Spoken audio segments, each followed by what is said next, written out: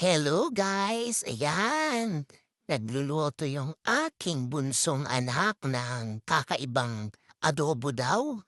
Tikman nga natin mamaya kung masarap ba yang kanyang niluluto. Oh, ayan. 'Di ba mukhang masarap naman siya, 'di ba? Ayan, gusto daw niyang magluto kaya hinayaan ko siyang magluto para sa susunod 'pag wala akong time magluto o 'di siya na yung magluluto, 'di ba? Hmm, nilagyan niya ng sili, tapos halu-haluin niya ulit 'yan.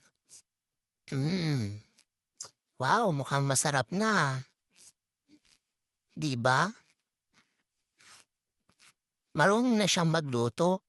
Dapat lang marunong siyang magluto kasi marunong din siyang kumain, 'di ba? Oh, ayan tinikman na niya. Yummy! Yummy, yummy. Francis Adobo.